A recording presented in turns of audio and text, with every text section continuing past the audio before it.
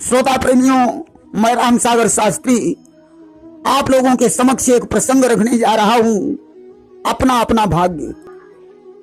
देखिए, कंचनपुर के भूप थे प्रजा भक्त गुणधाम, जग जाहिर नरपाल का सत्यपाल था नाम। कंचनपुर में एक राजा हुआ जिसका नाम सत्यपाल था। उसकी रानी बड़ी ही धर्मनिष्ठ और पतिव्रता थी, जिसने 2 पुत्रों को जन्म दिया था, विजयपाल और अजयपाल। दोनों बच्चे भी छोटे ही थे। अचानक रानी का देहांत हो गया। दोनों बच्चे चीख चीख कर विलाप करने लगे कि अब तो बेचारे दोनों सुत मैया मैया चिल्लाने लगे। अश्कों ने तांता पूर दिया, धीरज भूपाल गमाने लगे। बच्चों के रुदन से राजा सत्यपाल का धीरज टूट गया। रानी का क्रियाकर्म करने के बाद राजा ने दोनों पुत्रों को बड़े लाड़ प्यार में पाला, उन्हें पढ़ाया लिखाया। दोनों बच्चे धीरे धीरे जवान हो गए। राजा सत्यपाल को इस बात का घमंड रहता था कि मैं ही सबका अन्नदाता हूं। एक दिन की बात है, राजा ने अपने दोनों पुत्रों को दरबार में बुलाया और सबसे पहले अपने बड़े पुत्र विजयपाल से प्रश्न किया कि पुत्र, यह बताओ कि तुम किसके भाग्य का खाते हो। कि विजयपाल कहने लगा, सुनो सत्य फरमान, तुम ही हमारे भाग्य हो, तुम ही मेरे भगवान। विजयपाल ने कहा, पिताजी, मेरे भाग्य विधाता तो आप ही हैं, सच पूछो तो आप ही मेरे भगवान हैं। बड़े पुत्र के शब्दों को सुनकर राजा बड़ा प्रसन्न हुआ। उसने कहा, बेटा, तुम सत्य कहते हो, मैं ही तुम्हारा भाग्य विधाता हूं। अब तो राजा ने छोटे पुत्र अजयपाल से वही प्रश्न किया। अजयपाल बोला, पिताजी, कि अपनी अपनी जगत में है सबकी तकदीर, खाता अपने भाग्य का अजय सिंह रणधीर। सबकी अपनी अपनी किस्मत होती है, कोई किसी के भाग्य का नहीं खाता। ऐसा सोचना आपकी सबसे बड़ी भूल है। राजा क्रोधित हो गया। उसने कहा, अजयपाल, अभी वक्त है, अपने शब्दों को वापस ले लो। कि है अभी वक्त स्वीकृत कर ले, वरना पीछे पछताएगा। ओ भाग्य विधाता, सोच समझ दर दर की ठोकर खाएगा, वरना तुझे दर दर की ठोकरें खानी पड़ेंगी। अजयपाल ने कहा, पिताजी, मैं अपनी जुबान को पलट नहीं सकता। हर व्यक्ति अपने अपने भाग्य का खाता है। धधक उठी इस बात से क्रोधा नल की ज्वाल, कहा देख लूंगा तेरा कितना भाग्य विशाल। राजा का क्रोध और भड़क गया। उसने कहा, अजयपाल, अब मैं तेरे भाग्य को ही देखना चाहता हूं। राजा ने दूत बुलाकर विजयपाल के लिए सुंदर सुशील लड़की की खोज करवाई। प्रसन्न चित्त होकर शादी कर दी। इसके बाद दूतों से कहा, जाओ कोई अंधी लड़की ढूंढ कर ले आओ। अजयपाल की भी शादी करनी है। इसकी शादी के लिए सोचो शीघ्र उपाय, अंधी लड़की ढूंढ कर लाओ अभी लिवाए। सज्जनों, चंद्रमपुर के एक राजा थे चंद्रसेन, जिनके घर में एक अंधी लड़की ने जन्म लिया था। जब विवाह के योग्य हो गई, किसी ने उसके साथ विवाह नहीं किया तो राजा ने उसे जंगल में छुड़वा दिया। आज दूतों ने जंगल में जाकर उस लड़की को देखा, उसे पकड़कर राजा के पास ले आए। राजा ने अजयपाल से कहा, अब क्या देखते हो, इस लड़की का हाथ पकड़ो और इस नगर से निकल जाओ। कि पकड़ो कर अपने हाथों में, अब यही तुम्हारी नारी है, जाओ वन को प्रस्थान करो, ये नगरी सिर्फ हमारी है। इस नगर पर तुम्हारा कोई अधिकार नहीं है, यह मेरा नगर है। राजा ने सारे शहर में डुग्गी पिटवा दी। कि डुग्गी पिटवा दी राजा ने, इसको जो शख्स टिकाएगा वह इस साहस के बदले में फांसी या सूली पाएगा। अजयपाल को जो व्यक्ति शरण देगा उसे फांसी पर लटका दिया जाएगा। आज अजयपाल राज्य को छोड़कर अपनी अंधी पत्नी के साथ दूसरे नगर को चला। रास्ते में उसने एक वटवृक्ष देखा। उस वृक्ष के नीचे विश्राम किया। अंधी पत्नी ने कहा, स्वामी आपने एक राजपुत्र होकर मुझ अंधी के साथ विवाह कर लिया, क्या आश्चर्य मुझे होता भारी भूपति की प्रिया कहानी में। हे नाथ आपने ब्याह किया मुझसे नपके हड़काने में। मुझे तो ऐसा लगता है कि तुम्हारे पिता ने दबाव बनाकर मेरे साथ विवाह करने को तुम्हें मजबूर कर दिया। अजय पाल ने कहा, प्रिय कैसी बातें कर रही हो, या तो है चक्र विधाता का जो अंधा तुम्हें बनाया है, लेकिन क्या इसमें दोष हुआ जो मुझसा स्वामी पाया है। अरे ये तो विधाता की कमी रही जो तुम्हें अंधा बना दिया, तुम्हारा मेरे साथ विवाह हो गया, ये कौन सी बड़ी बात है। आज बातचीत करते हुए दोनों उस गांव में पहुंचे जिस गांव में एक साहूकार रहता था। साहूकार की एक जवान पुत्री थी जिसका अभी विवाह नहीं हुआ था। उसके द्वार पर पहुंचकर अजय पाल ने भिक्षा मांगी कि भला करे ईश्वर सदा भरे रहे भंडार, भिक्षुक को भिक्षा मिले अय मेरे दातार। जैसे ही ये आवाज साहूकार जादी के कानों में पड़ी, बाहर निकली, आज अजय पाल को देखकर मोहित हो गई कि यह सदा जिस समय कान पड़ी नाकारी साहूकारी के, मोहित हो गई भिखारी पर ये ढंग हुए मतिमारी के। उसने कहा, कहां इस अंधी के चक्कर में पड़े हो, मुझे देखो मैं कितनी सुंदर हूं, ऐसा करो तुम मेरे साथ विवाह कर लो। कि उरई इच्छा अस करऊ विवाहू अपूर्वहु भिक्षुक मोर उछाहू। अजय पाल ने कहा, बहन कैसी बातें कर रही हो, ऐसे शब्द कहने में तुम्हें शर्म नहीं आती। इस अंधी पत्नी को छोड़कर संसार की सभी नारियों को मैं मां बहन के समान समझता हूं।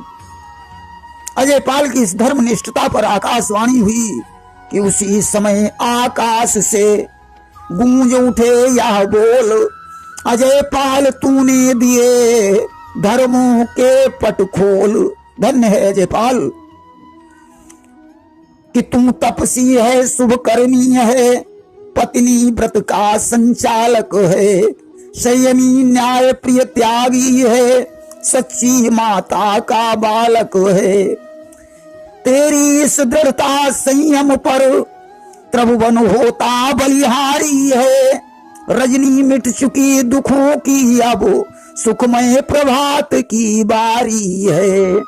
वास्तव में तू पत्नी व्रत का पालन करने वाला न्यायी और संयमी है, त्रिभुवन तेरे ऊपर बलिहार है।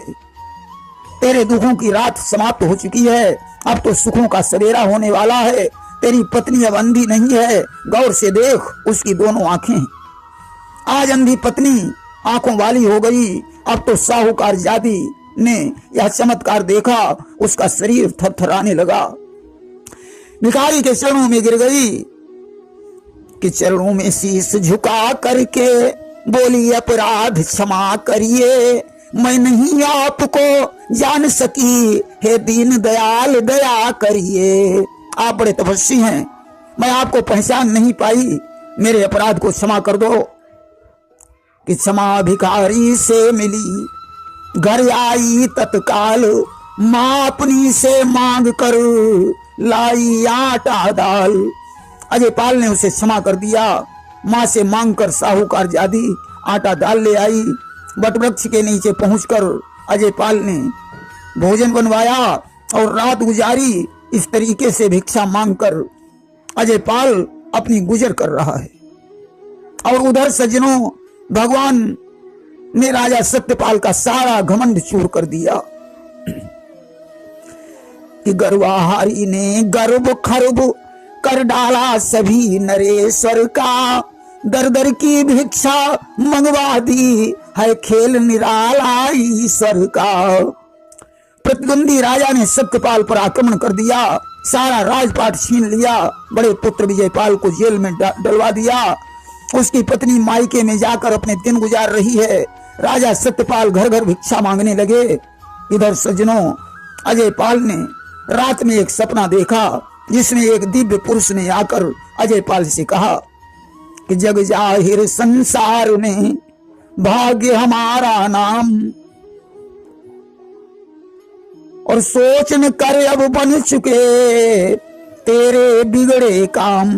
संसार में लोग मुझे भाग्य कहते हैं, अब तुम चिंता मत करो, तुम्हारे बिगड़े हुए काम अति शीघ्र बनने वाले हैं। प्रातः काल अजयपाल ने यह स्वप्न अपनी पत्नी को सुनाया। सुनकर पत्नी बड़ी प्रसन्न हुई। एक दिन की बात है, अजयपाल ने अपनी पत्नी से पूछा, प्रिय तुम्हें देखकर ऐसा लगता है जैसे तुम किसी राजा की बेटी हो। उसने कहा, हाँ नाथ, मैं चंद्रमपुर के राजा चंद्रसेन की पुत्री हूं। अंधी होने के कारण जब किसी ने मेरे साथ विवाह नहीं किया तो मेरे पिताजी ने मुझे जंगल में छुड़वा दिया। अब तुम्हारे साथ विवाह हो गया है, मैं बड़ी प्रसन्न हूं। अजयपाल ने कहा, प्रिय तो ऐसा करते हैं, या भिक्षा मांगने का काम बंद करके तुम्हारे पिता के यहाँ चलकर नौकरी कर लेते हैं, परंतु इस राज को छुपा कर ही रखना। आज पहुंच गए चंद्रमपुर में। राजा चंद्रसेन सिंहासन पर बैठा हुआ था। अजयपाल ने हाथ जोड़कर कहा कि मैं आज विपत्ति का मारा हूं, दुर्दिन का आज सताया हूं, हो जाएगी गुजरान मेरी, हो जाएगी गुजरान मेरी, ये आशा लेकर आया हूं। महाराज, मैं बड़ा गरीब व्यक्ति हूं, हम दोनों पति पत्नी आपके यहाँ नौकरी करना चाहते हैं। चंद्रसेन ने कहा, ठीक है, आज से तुम हमारे पलंग की पहरेदारी करोगे। प्यारी महलों को चली दरदासी का वेश, देख कामदासत्व का हुए प्रसन्न नरेश। पत्नी दासी बनकर घर का काम काज देखने लगी। राजा उनके दासत्व भाव से बड़ा प्रसन्न हुआ। एक दिन राजा ने अजयपाल से कहा कि क्या करूं सितम अफसोस मुझे, वरना तुझको अपना लेता। मेरी अंधी लड़की होती तो तुझे दामाद बना लेता। लेकिन बेचारी पता नहीं जंगल में दुख पाती होगी, मेरे ख्याल में वह बेटी दर दर ठोकर खाती होगी। मुझे आज बहुत बड़ा दुख हो रहा है कि मैंने अपनी अंधी लड़की को जंगल में छुड़वा दिया, वरना आज वो लड़की मेरे पास होती तो मैं अवश्य ही उसका तेरे साथ विवाह कर देता। क्या बात अजयपाल ने जब अपनी पत्नी को बताई तो उसने कहा, स्वामी ऐसा करो, पिताजी को आज सारी हकीकत बता दो। अजयपाल ने कहा, नहीं, समय आने पर बता देंगे। एक दिन की बात है, राजा चंद्रसेन सो रहे थे, अजयपाल पहरा दे रहा था। उसी समय पड़ोस में एक बुढ़िया के रोने की आवाज आने लगी कि उसी समय आने लगी रोने की आवाज, भनक पड़ी जब कान में, चौंक पड़े नरराज। राजा चंद्रसेन आवाज सुनकर चौंक पड़े। उन्होंने अजयपाल को भेजा, कहा जाओ पता लगाओ ये बुढ़िया आधी रात को क्यों रो रही है। अजयपाल ने जाकर बुढ़िया से पूछा, माँ तुम क्यों रो रही हो? कि बुढ़िया बोली, लाडले मत पूछो ये हाल, प्रात हो तो मर जाएंगे चंद्रसेन नरपाल। बुढ़िया ने कहा, बेटा मुझे दुर्गा माँ ने सपना दिया है कि राजा चंद्रसेन कल प्रातः काल होते ही मर जाएंगे। अजयपाल ने कहा, तो दुर्गा माँ ने उनके प्राण बचाने का उपाय भी तो बताया होगा। कहा, हाँ, जो अपने इकलौते पुत्र की भेंट चढ़ाएगा वही राजा के प्राणों को बचा सकता है। अजयपाल ने बुढ़िया से कहा, माँ इस बात को कहीं बताना नहीं, मैं अपने इकलौते पुत्र की भेंट चढ़ाकर राजा की जान बचा लूंगा। कि है हाथ जोड़कर भी नहीं एक या भेद न जाहिर हो पाए, राजा के खातिर बेटा क्या अपना भी प्राण चला जाए। राजा के लिए पुत्र क्या चीज है, मैं अपना प्राण भी निछावर कर सकता हूं। अजयपाल अपनी पत्नी के पास पहुंचा, उसने सारा हाल बताया। कहा, प्रिय हम और तुम जिंदा रहे तो पुत्र दूसरा भी पैदा हो सकता है, परंतु ऐसा राजा मरकर कहां मिलेगा। पत्नी ने कहा, स्वामी मैं अपने पिता के लिए अपने भी प्राण दे सकती हूँ। आज बच्चे को गोद में लिया, चल देते हैं दुर्गा जी के मंदिर में। राजा चंद्रसेन को शंका बन चुकी थी कि अवश्य ही कोई कारण है, अजयपाल मुझसे कुछ छुपा रहा है। अस्तु राजा चुपके चुपके मंदिर के पास पहुंचा। अजयपाल ने तलवार के द्वारा अपने इकलौते पुत्र का खून कर दिया। देवी का खप्पर फिर भी नहीं भरा कि खप्पर भरा न देवी का, सोचा पहरेदार, अपने गर्दन में तुरंत जमक दई तलवार। पहरेदार अजयपाल ने तलवार से अपना शीश भी काट कर चढ़ा दिया। सहन नारी को कब भला पति का घोर विछोह, मार कटारी मर गई निकली जरा नोह। पत्नी ने देखा स्वामी मर गए, उसने कटारी उठाई अपनी गर्दन में मारी, पत्नी भी मर गई। ये करिश्मा देखकर राजा का हृदय करुणा से भर गया। आज जगत जननी जगदम्बा आदि शक्ति माता दुर्गा जी साक्षात प्रकट हो गईं, तीनों को जीवन दान दिया और अंतर ध्यान हो गईं। घर आकर कहने लगा अजयपाल सहलाद, यह बेटी है आपकी, मैं ही हूँ दामाद। घर में आकर अजयपाल ने राजा चंद्रसेन से कहा, राजन ये आपकी ही बेटी है, मैं आपका दामाद हूँ। राजा ने अजयपाल को राज्य समर्पित कर दिया। अजयपाल राजा बन गया। एक दिन की बात है, अजयपाल के पिता सत्यपाल भिक्षा मांगने के लिए दरबार में आए। अजयपाल ने अपने पिता को पहचान लिया, चरणों में शीश झुकाया। सत्यपाल को अपनी गलती पर पछतावा हुआ।